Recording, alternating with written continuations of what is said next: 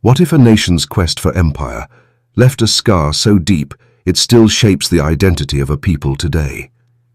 Welcome to the sands of history, where we unearth the untold stories of triumph, tragedy, and resilience. In this exploration, we dive into the Italian colonization of Libya, 1911 to 1943, a period marked by fierce resistance from Libyan tribes and brutal repression by Italian forces. From the heroic stand of Omar Mukhtar to the horrors of concentration camps, this chapter reveals a complex tale of conquest and defiance. Like, share, and subscribe to join us on this journey through time, and check the description for links to help us financially support more historical deep dives. The genesis of Italian ambition in Libya. In the late 19th century, Italy, a newly unified nation, sought to assert itself as a colonial power, eyeing North Africa to bolster its prestige and secure Mediterranean influence. Libya, then under Ottoman control, became a prime target after France claimed Tunisia in 1881, thwarting Italian ambitions there. The Italo-Turkish War, 1911 to 1912, marked the beginning of Italy's colonial venture as it invaded the Ottoman provinces of Tripolitania and Cyrenaica. The 1912 Treaty of Lausanne forced the Ottomans to cede control, but the local Libyan population was far from subdued. The Italians envisioned Libya as their fourth shore, a fertile land for settlers and a gateway to African trade. However, this vision ignored Libya's arid terrain and the fierce independence of its people, particularly the nomadic Senussi order in Cyrenaica. The miscalculation sparked one of the longest anti-colonial resistances in North African history, lasting over 2 decades. Early resistance, the Senussi and the Libyan spirit. Libyan resistance began almost immediately after the Italian invasion. The Senussi order, a politico-religious brotherhood founded by Muhammad ibn Ali al-Senussi in 1837, became the backbone of opposition, especially in Cyrenaica. Led initially by Ahmed Sharif as-Senussi, the Senussi leveraged their integration with local tribes to mount guerrilla warfare against Italian forces. By 1914, Tripoli was under Italian control, but Cyrenaica and Fezzan remained hotbeds of rebellion. In 1918, the short-lived Tripolitanian Republic emerged as an attempt to establish local governance, but internal divisions and Italian military pressure crushed it by 1922. The Senussi, under Sheikh Idris al-Mahdi as-Senussi, later King Idris III, continued to resist, rejecting Ottoman pressures to attack British Egypt and focusing on Italian forces. The resistance was not just military but cultural, aiming to preserve Libyan identity against foreign imposition. The Italians relied on local recruits, such as the Savari cavalry and Spahai police, drawn from Arab Berber populations to bolster their colonial troops. However, these units often faced divided loyalties, as many Libyans remained committed to the resistance. By 1915, Italian control was limited to coastal areas, with the interior dominated by Senussi and tribal forces. The fascist era and escalating repression. The rise of Benito Mussolini's fascist regime in 1922 marked a turning point. Mussolini prioritized Libya's colonization, viewing it as a cornerstone of his vision to revive the Roman Empire. The Second Italo-Senussi War, 1902–1932, intensified under generals Pietro Badoglio and Rodolfo Graziani, the latter infamously known as the Butcher of Fezzan. Mussolini's orders to crush resistance at whatever cost unleashed a campaign of unprecedented brutality. Italian forces employed modern warfare tactics, including aerial bombardments and chemical weapons, marking some of the earliest uses of these against civilian populations in North Africa.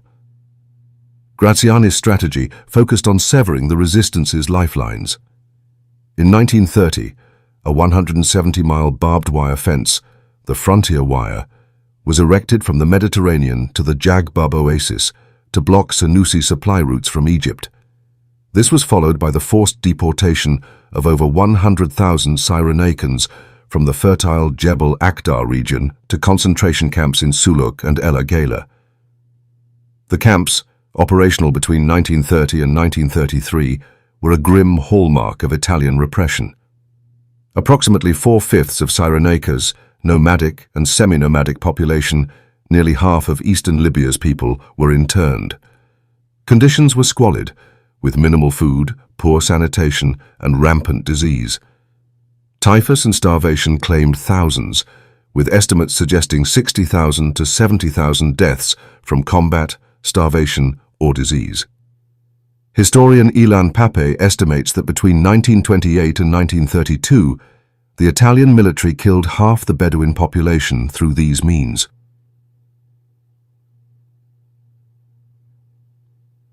Omar Mukhtar, the Lion of the Desert. At the heart of the resistance stood Omar Mukhtar, a Senussi sheikh known as the Lion of the Desert. For nearly 20 years, Mukhtar led a guerrilla campaign, orchestrating ambushes and rallying tribes against Italian forces. His leadership was not only tactical, but moral. He reportedly refused to torture Italian captives, stating, "They are not our teachers," despite complaints from his fighters. Mukhtar's resistance frustrated Italian efforts, with General Graziani confronting him 160 times in 18 months. In September 1931, Mukhtar was captured, tried, and publicly hanged in Suluk concentration camp before hundreds, intended as a warning to rebels. Yet, his execution galvanized resistance, and his legacy endures on Libya's 10-dinar note. Before his death, Mukhtar declared, "We do not surrender. We win or die. And this is not the end, but you will have to fight the next generation and the generations after that." His words proved prophetic, inspiring continued defiance. The pacification campaign and its costs. The Italian pacification campaign, culminating in 1932, was one of the most ruthless counterinsurgencies in Western history. Beyond the frontier wire and concentration camps, the Italians executed rebel leaders systematically to decapitate the resistance. The campaign succeeded militarily, but at a devastating human cost. Estimates of Libyan deaths range from 40,000 to 80,000, with some sources claiming up to 1/3 of Cyrenaica's population perished. The total Libyan population dropped from 1.5 million in 1910 to 800,000 by 1943, reflecting the toll of war, displacement, and deprivation. Both sides committed atrocities. Senussi forces, particularly early in the conflict, did not take prisoners and mutilated captured Italian troops, especially Christian Eritreans, as seen in the 1911 Sharjah massacre. However, the scale of Italian repression, including the use of mustard gas and collective punishment, far outweighed these acts, earning condemnation as genocidal by historians like Ali Abdulatif Ami. Demographic colonization and cultural erasure. By 1934, with resistance largely crushed, Italy unified Tripolitania and Cyrenaica into Italian Libya under Governor Italo Balbo. The colony was divided into 4 provinces, and Mussolini launched a demographic colonization program, relocating over 100,000 Italian settlers to Libya by 1939, particularly to Cyrenaica's Green Mountain. Libyan lands were confiscated and displaced locals were barred from returning. Mussolini's propaganda portrayed Libya as a revived Roman province, with settlers as rightful heirs. The 1937 opening of the Via Balbia, a military highway, and Mussolini's self-proclamation as protector of Islam were symbolic gestures to legitimize Italian rule. However, these efforts alienated Libyans further, as cultural and economic structures were dismantled. The fascist regime also regulated social interactions, banning colonial concubinage by the 1930s to enforce racial segregation as Italian women arrived. This shift reflected a broader policy of cultural erasure, aiming to replace Libyan identity with an Italianized Fourth Shore. The end of Italian rule and its legacy, Italian control weakened during World War II, with Libya becoming a battleground in the North African campaign. By 1943, Allied forces defeated the Italians, and Libya fell under British and French administration. The 1947 peace treaty forced Italy to relinquish claims, and Libya gained independence in 1951 under King Idris. The colonial period left deep scars, An estimated 500,000 to 600,000 Libyans died, and the social, economic and cultural fabric was disrupted. The trauma persisted, fueling resentment evident in reactions to Italy's 2017 embassy reopening, seen by some as neo-colonialism. In 2008, Italy and Libya signed a treaty of friendship, with Italy agreeing to pay $5 billion in reparations, acknowledging killing, destruction, and repression during colonial rule.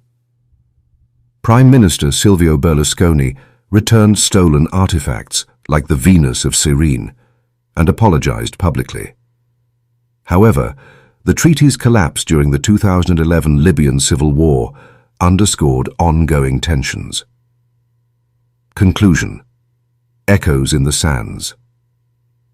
The Italian colonization of Libya was a saga of ambition, brutality, and unyielding resistance. From Omar Mukhtar's defiance to the horrors of concentration camps, it reveals the human cost of empire and the resilience of a people fighting for their identity. Welcome to the sands of history, where these stories live on, urging us to learn from the past. Like, share, and subscribe to keep exploring with us, and visit the links in the description to help us financially continue this journey.